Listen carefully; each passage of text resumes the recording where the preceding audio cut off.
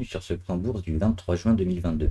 Je rappelle que les informations et analyses données sur cette chaîne sont données à titre indicatif et ne peuvent pas être considérées comme un conseil en investissement. L'investissement en bourse est risqué, vous êtes responsable de tous les investissements que vous faites. Alors, donc la bourse n'est pas finie, hein, il est 14h20 environ là, sur les places européennes. On va regarder quand même le Brent. Alors le Brent, c'est la confirmation de ce qu'on disait ici avec cet échec sur les 124. On avait shorté le pétrole et sans surprise le pétrole qui continue sa chute et qui a du mal maintenant, qui a cassé les 112 et les 112 deviennent résistance pour le Brent. Donc c'est à suivre encore ces prochaines semaines, d'autant que la baisse est peut-être pas terminée, mais déjà si on a pris, alors pas le pétrole en tant que tel, mais avec des produits financiers et des effets de levier, on est arrivé très vite, très haut en termes de pourcentage. C'est un véritable carton hein, sur les 122 environ, 121, 122, pour aller sur les 112. Donc maintenant, la suite, ça va être quoi?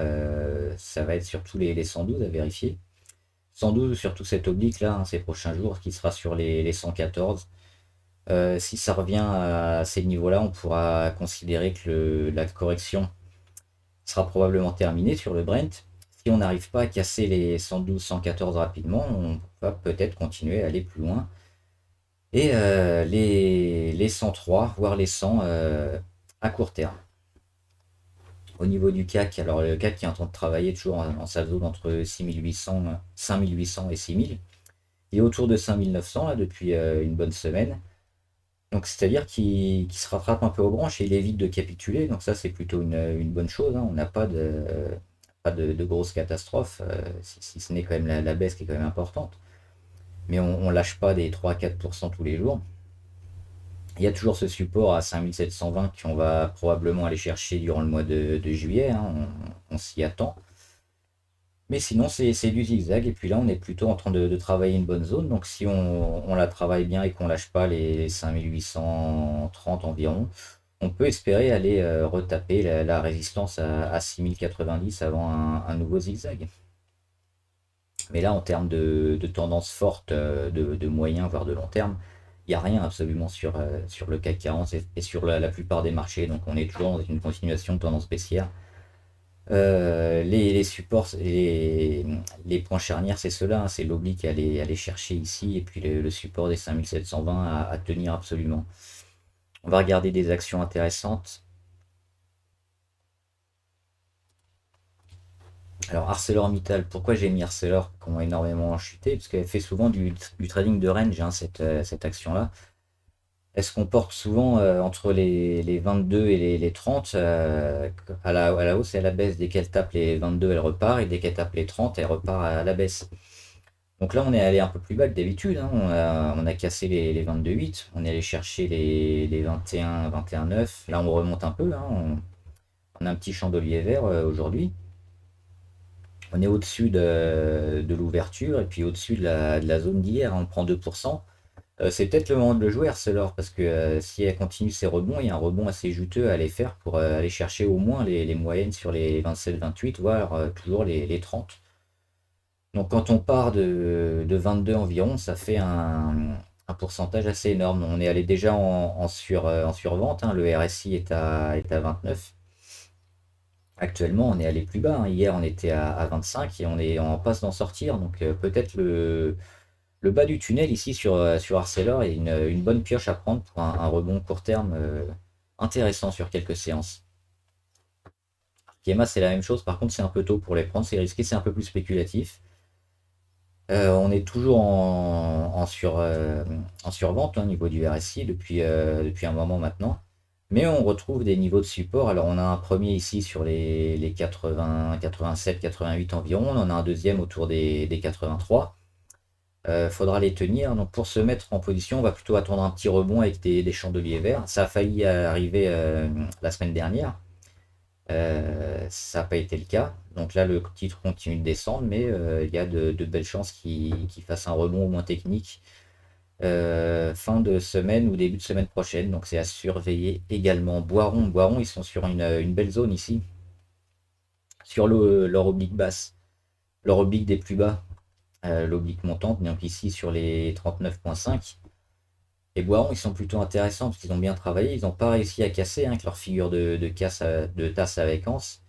On a eu un faux départ ici sur les 43. On est revenu tester un peu toutes les moyennes et puis la zone charnière des 41,5. On revient tester aujourd'hui la zone des plus bas sur l'oblique montante. On est toujours bien orienté, hein, à la hausse dans un canal haussier. Et sur les moyennes, donc si on regarde les indicateurs, pas grand chose à dire sur la MACD qui est plutôt neutre, le RSI aussi, mais on est sur un point bas intéressant là, donc ça peut s'acheter. Euh, on voit qu'elle monte quand même de plus en plus haut et puis qu'elle se rattrape à ses moyennes, surtout celle à 100 jours. Donc là, elle est passée juste en dessous depuis 2 jours, mais généralement, elle a bien reparti dessus. Donc là, c'est un point d'entrée idéal. On peut rebondir aussi, aller un petit peu plus bas sur les 38,7. Après, si on enfonce plus, ce sera plus négatif. Mais toute cette zone ici, entre 30, 38,5 et 40, c'est une belle porte d'entrée sur Boiron qui a des chances d'aller chercher plus haut. Après, sous la dernière moyenne à 150 jours, on pourra partir éventuellement. Mais sinon, il y a à chercher au moins les 41, voire les 43. Et puis, elle est dans une tendance haussière. Donc, si elle vient casser la résistance et que ça se passe bien, on peut lancer une belle séquence haussière sur Boiron. Claranova, ils sont pas mal aussi. Alors, spéculatif aussi, hein. Claranova, c'est une tendance baissière de fond, on le voit sur ce graphique.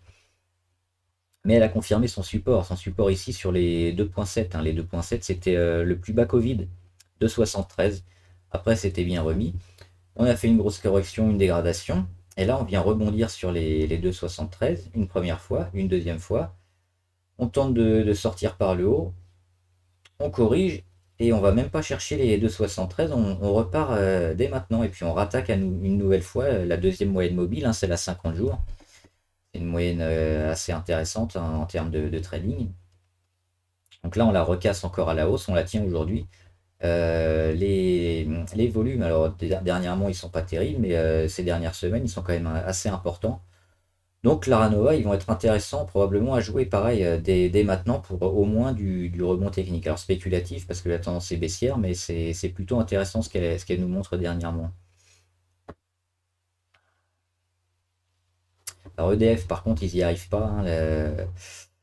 Ils sont en train de casser vers le bas. On va leur laisser encore quelques jours le bénéfice du doute parce qu'il peut y avoir souvent après des petites baisses comme ça un gros chandelier, puis ça peut être racheté massivement, mais on est assez négatif là sur ce qui est en train de se passer sur EDF. Si ça tient pas les 7,6, 7,7 ces prochains jours, on quittera la valeur parce que l'espérance de tout casser vers le haut et un éventuel retrait de la cote avec une OPA, pour l'instant on n'en parle pas trop, et puis avec les élections qui sont passées assez moyennement, on n'a pas de belles news là-dessus, donc peut-être à oublier.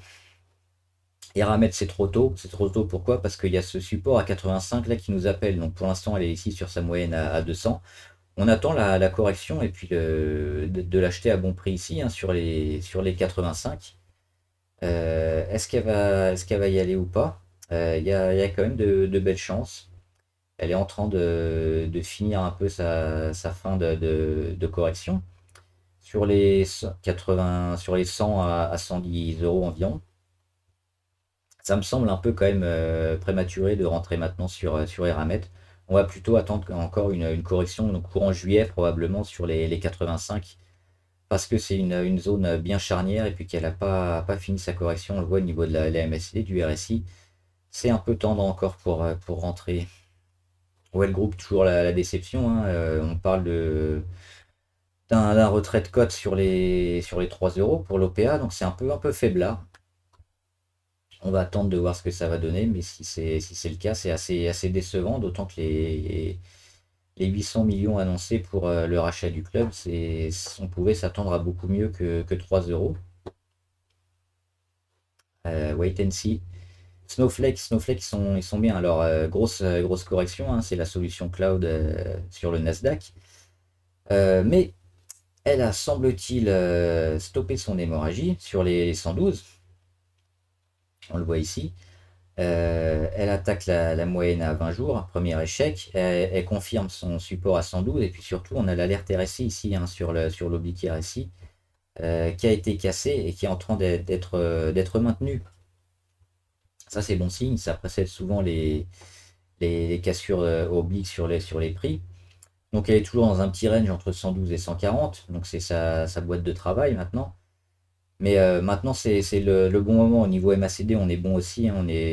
On a une inversion de tendance. La MACD est en train de revenir ascendante. On est sous les zéros, donc grosse marge de progression. Gros pic de volume ici sur la défense des 112, défense du support. Ça, c'est intéressant aussi à noter. Alors, même si la tendance est quand même assez négative, il y a pas mal de points positifs qui sont en train de venir sur la valeur. Donc, c'est peut-être un point bas qu'on a atteint. Donc un point d'entrée idéal sur Snowflake. Thales, on attend qu'elle casse. Il y a une grosse phase de congestion sur Thales. Pour l'instant, il ne se passe pas grand-chose. Donc on va juste surveiller, on va pas en parler plus, mais on se tient prêt à rentrer s'il y a une belle poussée, un beau chandelier. Et enfin Virbac, Virbac c'est toujours le moment de rentrer, hein. On jouait le support sur les 327, 330. Pour l'instant, c'est en train de bien se passer, on rebondit. L'objectif, c'est d'aller chercher l'oblique. Et plus si affinité, on est toujours bien placé ici sur les 345. Il y a toujours une belle marge de progression. Niveau MACD, on va avoir l'inversion de tendance qui va se produire aujourd'hui ou demain, si tout se passe bien. Donc, belle valeur à prendre aussi, au moins pour du court terme, et puis mieux si on casse en courant juillet. Voilà, j'espère que la vidéo vous a aidé. N'hésitez pas à la liker, hein, et à la partager avec des amis. Abonnez-vous aussi pour être au courant de toutes les vidéos qui sortent et mettez en commentaire les valeurs que vous suivez ou que vous voulez qu'on analyse ensemble. On le fera, on le commentera en graphique ici ou en commentaire. Une dernière chose, c'est le jeu. Le jeu va reprendre la semaine prochaine. Donc je remettrai les règles comme d'habitude, hein. Ce sera choisir une action à la hausse et à la baisse sur le CAC 40, c'est la première partie du jeu. Et après les semaines 2 et 3, on choisira l'action qu'on veut, hein, dans n'importe quel marché. Euh, il y a juste un petit changement sur le jeu, c'est que, il y aura probablement quelque chose à gagner à Noël, donc à la fin de l'année pour les meilleurs. Pour l'instant, il y a deux gagnants, hein, c'est Florence Marie et Michael Batté. Et s'il y a plus de vainqueurs que ça, on mettra des prix, un petit prix à gagner à la fin de l'année. Donc chaque victoire rapporte un point. Les victoires, c'est en 3 semaines. Voilà, bon trade, à plus.